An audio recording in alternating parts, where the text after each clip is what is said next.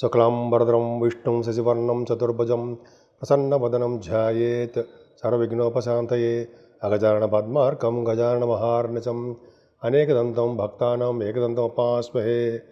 ఓం గం గణపతయే నమః. ఓం శ్రీమాత్రే నమః. ఓం శ్రీ గురుభ్యోం నమః. మా ఆది ఆస్ట్రాలజీని చూస్తున్న మీ అందరికీ, అలాగే ఫారిన్ కంట్రీస్లో ఉంటూ నాకు ఫోన్ చేస్తూ నా చేత జాతకాలు చెప్పించుకున్నటువంటి మీ అందరికీ పేరు పేరున నా హృదయపూర్వక నమస్కారాలు. మనం ఇప్పుడు జూన్ 29 నుంచి జూలై 5వ తారీఖు వరకు కూడా ఆ వారం రోజులు గ్రహాల ప్రభావం తెలుసుకుందామండి. దానికంటే ముందర నా పేరు వాడరేవ్ ఆదినారాయణరావు శర్మ. నేను ACMA అండి, క్వాలిఫైడ్ కాస్ట్ అకౌంటెంట్. నేను CA అలాగో ICW కూడా అంతే, క్వాలిఫైడ్ కాస్ట్ అకౌంటెంట్. ACMA అంటారు, అసోసియేట్ మెంబర్షిప్ కూడా ఉంది. అంతేకాకుండా నేను MA ఆస్ట్రాలజీ కూడా చేశానండి. నేను ఫస్ట్ స్టార్టింగ్లో 2000లో చేశాను, 2001 అప్పుడు చేశాను అనుకోండి. సరే, ఏదేమైనా అవన్నీ పక్కకు పెడితే ముఖ్యంగా నేను నా ఫోన్ నెంబర్ గురించి చెప్తాను ఒకసారి. నా ఫోన్ నెంబర్ అండి, సెల్ నెంబరు 7075389589, 7075389589. మీ జాతకాలు చెప్పించుకోవాలనుకుంటే, లేదా మీకు ఏమైనా ప్రాబ్లమ్స్ ఉన్నా వాటి గురించి, అయితే మంచి మంచి ముహూర్తాలు పెట్టించుకోవాలన్నా మీరు నేను మా ఆది ఆస్ట్రాలజీని సంప్రదించండి. సందర్శించడం కష్టం అండి. సంప్రదిస్తే మేము తప్పకుండా నేను పరిష్కార మార్గాలు అవన్నీ సూచిస్తాను. అంతేకాకుండా నా వీడియోలు మీకు నచ్చితే లైక్ చేయండి, షేర్ చేయండి, సబ్స్క్రైబ్ చేయండి. సరేనండి, ఇప్పుడు మనం మేషరాశి గురించి తెలుసుకుందాము. మేషరాశిలోనే శుక్రుడు ఉండడము 29th నుంచి 29వ తారీఖు నుంచి సెకండ్ హౌస్ లార్డ్ సెకండ్ భావంలోకి మారిపోవడం గ్రేట్. అంటే 29వ తారీఖుని శుక్రుడు మారడం వల్ల ధనప్రాప్తి, ఆరోగ్య ప్రాప్తి, ఐశ్వర్య ప్రాప్తి, పైగా డ్యాన్సులు, నృత్యం ఉంటారు సరే, నృత్య కళాకారులకి, అలాగే కొంతమంది మీ దాంట్లో పాటలు పాడేవాళ్ళు ఉంటారు, వాళ్ళకి చాలా అదృష్టం అంటే గాయకులకి, నృత్య కళాకారులకి మంచి అవకాశాలు వెతుక్కుంటూ వస్తాయి. ఫైనాన్షియల్ స్టేటస్ పెరిగి తీరుతుంది. రవి గురులు 3వ భావంలో ఉన్నారు కదండి. 3వ భావంలో రవే అద్భుతమైన ప్రతిభ ఉంటుందండి. ముందర ఫాదర్కి చాలా బాగుంటుందండి. ప్రయాణాలు చేస్తుంటారు, కొత్త కొత్త ఆలోచనలు మీకు వస్తూ ఉంటాయి, వాటిని ఆచరిస్తూ ఉంటారు, అద్భుతంగా 10 మందికి చెప్తారు. అది బాగా నేమ్ అండ్ ఫేమ్ సంతరించుకుంటాయి. అంతేకాకుండా మీరు మీ తమ్ముళ్ళని మాత్రం బాగా చూసుకుంటారండి. కమ్యూనికేషన్ స్కిల్స్ బాగా పెంచుకుంటారు.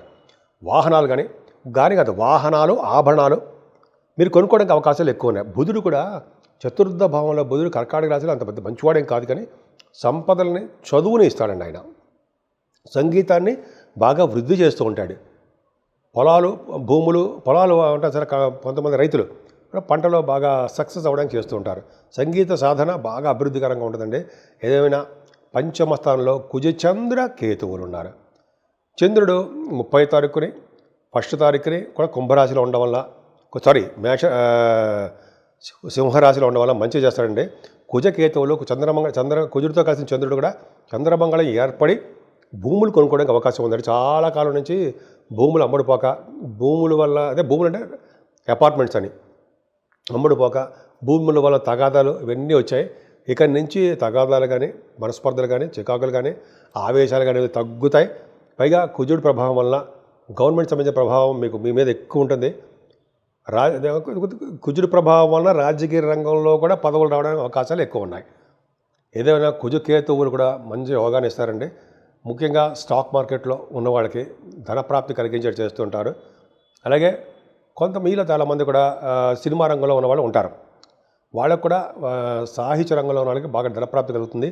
ఏదేమైనా సప్తమ భావానికి గురుదృష్టి ఉండడం వల్ల ఎక్కువగా మ్యారేజ్ సంబంధించిన వ్యవహారాల్లో మీరు ముందంజలో ఉంటారు. వివాహ వేడుకలు జరగడము, భార్య భర్తల యొక్క అనురాగ దాంపత్య జీవితం బాగుండడము, అంతేకాకుండా ప్రయాణాలు కూడా బాగా అధికంగా చేయడానికి ఎక్కువ ఉంటుంది. హెల్త్ ప్రాబ్లమ్స్ లేకుండా, ఎటువంటి ఇష్యూస్ లేకుండా ఆరోగ్యవంతంగా అలాగే అనుకోని సంపదలు కలిగి మీరుంటారు. ఏదైనా మేషరాశి వాళ్ళకి భాగ్యస్థానం బాగుంది, అద్భుతంగా ఉందండి. 9th house చూసుకుంటున్నాడు. అంటే ఎక్కువగా దగ్గర ప్రాంత ప్రయాణాలు, దూర ప్రాంత ప్రయాణాలు, ఫారిన్ కంట్రీస్ వెళ్ళడాలు, ఉన్నతమైన విద్యారీత్యా ఫారిన్ వెళ్ళడానికి అవకాశాలు ఎక్కువ.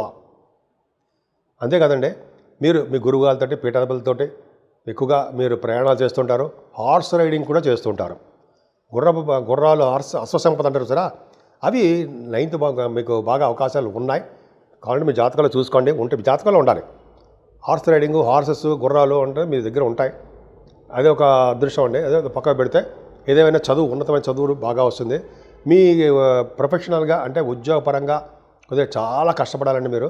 గవర్నమెంట్ ఆర్గనైజేషన్లో పనిచేసే వాళ్ళకి, అలాగే ప్రైవేట్ ఆర్గనైజేషన్లో పనిచేసే వాళ్ళకి, ముఖ్యంగా సాఫ్ట్వేర్ రంగ ఉద్యోగస్తులకి చాలా కఠినమైన పరీక్ష అంటారు కదా, అలాగే మీరు చాలా కష్టపడవలసి వస్తుందండి మీ ప్రమోషన్స్ కోసము. లేకపోతే మీరు ఉన్న చోట నుంచి బదిలీలు అయిపోవడానికి అవకాశాలు ఎక్కువ ఉన్నాయి. ఏదైనా వ్యాపారం మాత్రం అద్భుతంగా ఉంటుందండి. భాగ్యస్థానము, లాభస్థానానికి గురుదృష్టి ఉండడం వల్ల, లాభస్థానంలో రాహు ఉండడం వల్ల సంపదలు పెరిగి తీరుతాయి. ఏదో విధంగా మీ సంపదలు పెరుగుతూనే ఉంటాయి. భూములు కానీ, వాహనాలు కానీ, గృహాలు కానీ, మీరు అనుకున్నటువంటి కష్టపడి పనిచేయడం అదొకటి కానీ, విజయం సాధించడం, కార్యోన్నతి, కార్యసిద్ధి, పదవి ఉన్నతి అంటారు సరే, పదవోన్నతులు. అలాగే మీకు రాహు బాగా ఇస్తాడండి. 10th లాభాధిపతి బాగా ఉన్నాడు కాబట్టి బాగా వ్యాపారాలు బాగుంటాయి. ముఖ్యంగా సాఫ్ట్వేర్ రంగాల్లో కానీ, రియల్ ఎస్టేట్ రంగంలో కానీ, లేకపోతే ఫార్మా రంగము, ఆటోమొబైల్ ఇండస్ట్రీస్, ఇలా చేసి చెప్పుకుంటే చాలా ఉందండి. ఏదైనా శని ప్రభావం కూడా 12 భావం ఉండడం వల్ల మీ పనులు మీరే చూసుకునేవారు గాను, అలాగే కష్టపడి పనిచేసేవారు గాను, ఎటువంటి కష్టాలు వచ్చినా నిలదొక్కగా నిలబడేవారుగా మీరు ఉంటారు. అది మీ ధైర్యం. మీకు ఉన్న ఒక కుజుడు చాలండి. 6వ భావం అంటే మీ జనరల్గా 5వ భావంలో ఉన్నారనుకోండి, కానీ మీ కుజుడు, రాష్ట్రాధిపతి కుజుడు అద్భుతంగా బలంగా ఉన్నాడు కాబట్టి ఆలోచించాల్సిన విషయం లేదు. కాకపోతే రాహుకేతువుల మధ్యలోనే ప్లానెట్స్ ఉండిపోయాయి. అది తప్పు కదా. అందుకనే మనం మీరు పూజలు చేయించుకుంటారు నాకు తెలుసు. అలాగే అమ్మవారి పూజలు విడవకుండా చేయించుకుందామని మనం చాలా వారాల పాటు. అదే శుక్రవారం కానీ, లేకపోతే పౌర్ణమి, అమావాస్యల్లో కానీ మనకి చండీ హోమాలు చేస్తారు కదండి, అవి చేయించుకుందాం. అంతేకాకుండా వినాయకుడికి సంబంధించిన పూజలు, సుబ్రహ్మణ్య స్వామి ఆరాధన చేసుకుంటుంటే మనం ఆటోమేటిక్గా ముందుకు వెళ్ళిపోతూ ఉంటాం. మేషరాశి నుంచి మీనరాశి వరకు వారికి అందరికీ కూడా పరిష్కార మార్గాలు అంటాం కదండి, రెమెడీస్ అంటాం కదా. అసలు ఏం చేసుకుంటే ఈ నెల మొత్తం కూడా జూన్ ఎండింగ్ అనమాట, జూలై నెలలో ఈ వారం రోజులు మనం ఎలా ఉంటాం, మన ఆరోగ్య పరిస్థితి ఎలా ఉంటుంది, మన వ్యాపారాలు ఎలా ఉంటాయి, మన పిల్లలు ఎలా ఉంటారు, ఇవన్నీ తెలుసుకుందామండి. జనరల్గా ఈ ప్లానెట్స్ అన్నీ కూడా, గ్రహాలన్నీ కూడా తమ బాగా అంటే వాళ్ళు రాహుకేతుల మధ్యలో అంటే ఉండిపోవడం వల్ల వాడు స్వతంత్రించి విపరీతమైన రాజయోగాలు కొన్ని గ్రహాలు ఇవ్వలేకపోతుంటారు. ఈ రాహుకేతుల మధ్యలో ఉండిపోవడం వల్ల సర్పదోషం ఏర్పడిపోయింది. ఇంతకుముందు కుజుడు కూడా ఉండిపోవడం వల్ల కుజుడు కూడా సర్పదోషం ఏర్పడిపోయింది. కానీ కుజుడితో కలిసి ఉండడం వల్ల, కేతువు కూడా ఉండడం వల్ల, కేతువుతో కలిసిన రాహుకేతువులు ఉండడం వల్ల సవ్యకాల సర్పదోషం ఏర్పడిపోయింది. అయితే ఏంటయ్యా అంటే ఏం లేదండి, మనం ఈ భావాలను తప్పించంటే, ఈ సర్పదోషాలను తప్పించుకోవాలంటే మెయిన్ ఏంటంటే కాళహస్తి వెళ్ళి మనం పూజ చేసుకోవడమే. అది ఒకవేళ లేదనుకోండి, మనం అవకాశం ఉండదు, రాహుకేతులు అక్కడ చేయించుకోలేము. మన ఊళ్ళోనే మంగళవారం అమ్మవారిని పూజించిన అది కుదరదండి మనకి. మనం అమావాస్య పూట కానీ, పౌర్ణమి పూట కానీ చాలామంది అమ్మవారి గుళ్ళల్లోనే పూజలు చేస్తారు, హోమాలు చేస్తారుంటాయి. అలా చేయించుకోవడం వల్ల మంచి రాజయోగం కలుగుతుంది. అంటే రాహుకేతువులలో వచ్చే దోషాలు పరిహారం అయిపోతూ ఉంటాయి. అది గొప్ప అదృష్టం ఉండే. ఆంజనేయ స్వామి కూడా పూజ చేస్తుంటారండి, హోమాలు కూడా చేస్తుంటారు చాలా గుళ్ళలో. అది చేయించుకున్నా సరే అద్భుతమైన సినిమాలో వచ్చే దోషాలు బ్రహ్మాండ పరిహారం అయిపోతూ ఉంటాయి. కేతువు ఏంటి, అప్పుడు కూడా ఇబ్బంది పెడుతూ ఉంటాడు. ఆయన మంచి వాటికి కూడా చిన్న ఇబ్బంది కలగడానికి అవకాశం ఉంటుంది. అందుకనే ఎవరైతే గణపతి ఆరాధన చేసి సుబ్రహ్మణ్య స్వామి పూజలు చేస్తూ ఉంటారో, అంటే పౌర్ణమి పూట కుదరపోయింది, వినాయకుడికి మనం దండ పెట్టుకోలేము, పౌర్ణమి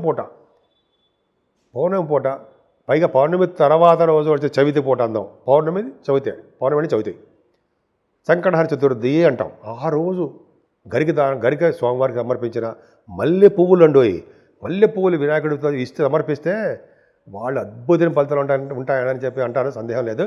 అలాగే సుబ్రహ్మణ్య స్వామి ఆరాధన చేసుకున్న, ముఖ్యంగా శివుడికి మల్లె పువ్వులతోటి, అలాగే తులసి దళాలతోటి, మారేడు దళాలతోటి ఎవరు పూజ చేస్తారో వాళ్ళ ఇంట్లో స్థిరమైన లక్ష్మి ఉండడమే కాకుండా సంపూర్ణమైన ఆరోగ్యవంతులుగా ఉంటారు అని తెలుస్తోంది. అంతేకాకుండా వెంకటేశ్వర స్వామి ఆరాధన చాలా ఇంపార్టెంట్. కలియుగంలో పూజించవలసిన దేవుడు ఎవరంటే వినాయకుడు, అమ్మవారు, అలాగే వెంకటేశ్వర స్వామియే. వెంకటేశ్వర స్వామి పూజ చేసుకోవడం వల్ల, ఆయన గుడి దగ్గర ధ్వజస్తంభం దగ్గర అఖండ దీపారాధన చేసుకోవడం వలన, స్వామివారికి తులసి మాల సమర్పించడం వల్ల, తులసి దళాలతో పూజ చేయడం వల్ల, స్వామివారికి మంచి అద్భుతంగా మల్లెపూలతో పూజ చేయడం వలన, మల్లెపూల దండ సమర్పించడం వలన, మారేడు దళాలతో కూడా పూజ చేయడం వలన స్థిరమైన లక్ష్మి ఇంట్లో ఉండడమే కాకుండా స్వామివారి యొక్క కరుణా కటాక్షాలు ఉండి తీరుతాయన్నది సందేహం లేదు.